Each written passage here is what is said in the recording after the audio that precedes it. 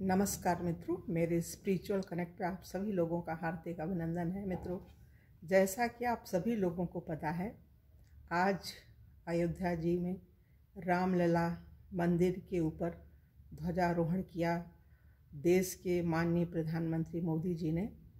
तो एक बहुत ही हर्ष और खुशी और उत्साह का माहौल देखने को मिला और सभी आनंदित हुए, खुश हुए और अपने अपने ढंग से अपने विचारों की अभिव्यक्ति कर रहे हैं सभी लोग। तो मित्रों, हमें भी लगा कि भगवान जी के इस ध्वजारोहण के अवसर पर हमें कुछ बोलना चाहिए जो कि याद रहेगा देशवासियों को। सबसे पहले तो 2020 में 5 अगस्त 2020 को हमारे माननीय मोदी जी ने शिलान्यास करके एक ज्योति जगाई हर देशवासी के मन में कि बस मंदिर अब बन ही जाएगा। तो वो ज्योति जो जगाई तो 2024 में भगवान का भव्य मंदिर बन के तैयार हुआ, रामलला की प्राण प्रतिष्ठा हुई और अब आज के दिन विवाह पंचमी के दिन ध्वजारोहण भी हो गया। तो एक तरह से समझिए कि पूर्णाहुति हुई, मतलब जो संकल्प था, काम था देशवासियों का, भगवान ने माननीय प्रधानमंत्री जी के माध्यम से उसको पूर्ण कराया। और अब ऐसा लगता है कि हमारा देश विश्व गुरु बन के ही रहेगा, बनना भी चाहिए। राम का देश है, कृष्ण का देश है ये, मतलब एक ऐसी पावन स्थली है कि जहाँ बार बार भगवान यहीं भारत देश में ही जन्म लेते हैं, आते हैं और विश्व ही उनका है, लेकिन ये उनको विशेष प्रिय है। ये जगह है अयोध्या, मथुरा, काशी।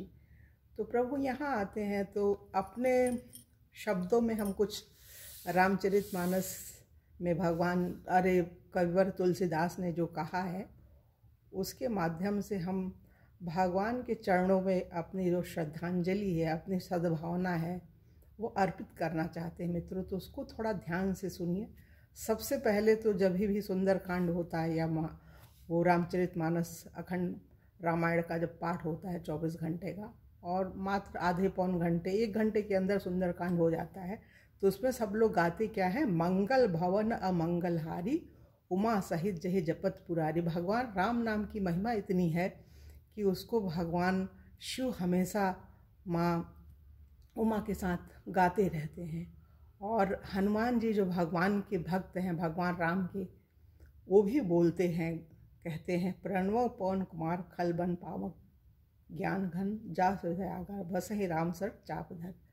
मैं पवन कुमार हनुमान जी को प्रणाम करती हूँ जो दुष्ट रूपी वन को जलाने के लिए अग्नि रूप हैं और बड़े ज्ञानी हैं, जिनके हृदय रूपी घर में श्री राम जी धनुष बाण लिए निवास करते हैं। तो वो देखिए, आप देखिए, मूर्ति देखते होंगे हनुमान जी की, अपना सीना चीर के दिखाते हैं अपने भक्तों को कि देखो भगवान हमारे अंदर ही है। और फिर भगवान जी की महिमा अंत में भगवान श्री राम जी की सुनिए। महिमा तो अनंत है भगवान की, तो को क्या गाएगा, लेकिन ये तीनों ही लोग हमें बहुत प्रिय हैं, राम भगवान और हनुमान, उनके पवन पुत्र हनुमान जो उनके परम प्रिय भक्त हैं राम जी के, और सर्वश्रेष्ठ जो भगवान पुरारी हैं भगवान शंकर, वो तो हमेशा, उन्हें तो कोई किसी से मतलब नहीं, सिर्फ राम नाम यही करते रहते हैं वो। तो ये चीज़ अब उनके बारे में थोड़ा सुनिए, राम नाम की महिमा का। और गिरा अर्थ जल बीच सम कहियत भिन्न न भिन्न बंदौ सीता राम पद जिनहि परम प्रिय खिन्न।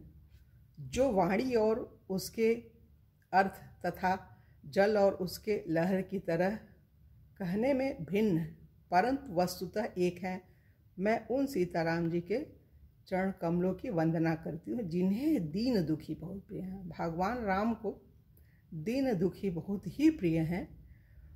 तो ये सीताराम भगवान रामलला का मंदिर ये जो बना है, ये पूरे विश्व का कल्याण करेगा। सिर्फ भारत देश का ही नहीं, पूरे विश्व से लोग आएंगे। और भारत देश के निवासी तो हर जगह पहुँचे ही हुए हैं, वो लोग तो आएंगे ही और लोगों को प्रेरित करेगा ये भगवान का जो मंदिर बन के तैयार हुआ है। तो सभी लोग आएंगे, अपने दुख दर्द को दूर करेंगे। अन्नपूर्णा माता का मंदिर सभी कुछ है, गिलहरी तक का बना हुआ है। सुग्रीव, जटायु, जिन्होंने ही मतलब एक सहयोग किया भगवान के काम में। जब भगवान को 14 वर्ष का वनवास हुआ था, जटायु सोचिए इतना निरीह प्राणी, वो भी जो है लड़ा, अपने पंखों से घायल होने पे भी किसी तरह से वो मतलब पूरे जो उसकी शक्ति थी उससे वो लड़ा और फिर अंत में गिर गया। पंख जब काट दिया रावण ने, तब भगवान आए और प्यार सम्मान दिया, उसकी अंत्येष्टि की भगवान ने। तो ये एक सोचने जैसी चीज़ है कि एक छोटा सा पक्षी कर सकता है, तो क्या भारत देश के इतने जो नेता हैं नहीं कर सकते हैं। पक्ष विपक्ष दो दल होता है, लेकिन क्या है कि विपक्षी इस तरह से विरोध करते हैं कि बड़ा दुख होता है। लगता है कि इन्हें रामचरितमानस का अध्ययन करना चाहिए और उसके मर्म को निकालना चाहिए। गिलहरी को लीजिए, गिलहरी जब पुल बन रहा था तो बालू ले आ के डालती थी, भगवान ने उसको प्यार दिया, दुलार दिया, आज भी उनके उंगलियों के निशान बने हुए हैं। तो ऐसे करना चाहिए अपने देश के निर्माण के लिए, देश के विकास के लिए, देश के उत्थान के लिए। हर व्यक्ति को, पार्टी और नेता तो बहुत बड़ी चीज़ होते हैं, विरोधी दल इसलिए थोड़ी ना होते हैं कि खाली विरोध ही करें, सहयोग भी करना पड़ता है जहाँ ज़रूरत होती है देश हित के लिए, तो उनको करना चाहिए मित्रों। तो इसमें जो है एक चीज़ है, उत्साह वही है जो थकान को ताकत में बदले। मतलब उत्साह हर पल हर क्षण लोगों के अंदर हो, तभी आप कुछ अच्छा कर सकते हैं देश के लिए। सुरक्षित रास्तों पर इतिहास नहीं लिखा जाता, सुरक्षित रास्तों पर इतिहास नहीं लिखा जाता। आप सुरक्षित रास्तों पर चलेंगे तो इतिहास नहीं बना पाएंगे।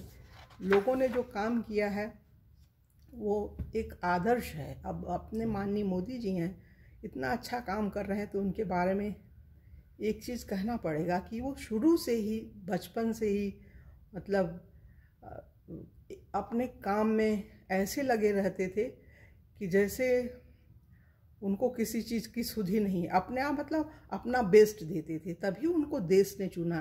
अपने आप ही बगैर चुनाव लड़े मुख्यमंत्री बने, बाद में उनको लड़ना पड़ा तो उन्हें जीत तो मिली है। प्रधानमंत्री के लिए मतलब पहली बार में उनको बड़ी बड़ी पोस्ट मिली, तो क्यों मिली? उनके अंदर वो निष्ठा थी, वो सद्भावना थी।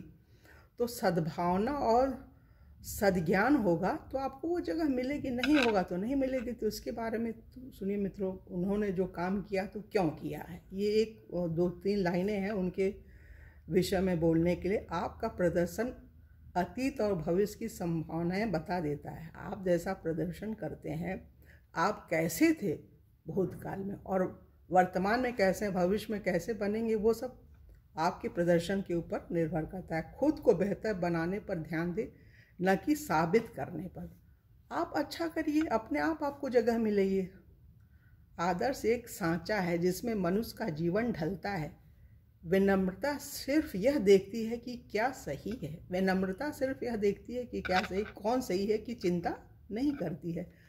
तो मोदी जी इतने विनम्र हैं, अच्छे हैं, सद्भावना से प्रेरित हैं, राष्ट्रहित के लिए काम करते हैं, तो राष्ट्र के तो नंबर 1 बने ही हैं। अब विश्व गुरु के रूप में भी जल्दी ही वो मान्यता प्राप्त करें, यही भगवान श्री राम चरणों में हम निवेदन करते हैं और अपनी वाणी को विराम देते हैं मित्रों। फिर कभी दूसरी वीडियो में आप लोगों से मिलेंगे, तब तक के लिए जय हिंद, जय भारत, ओम शांति, ओम शांति।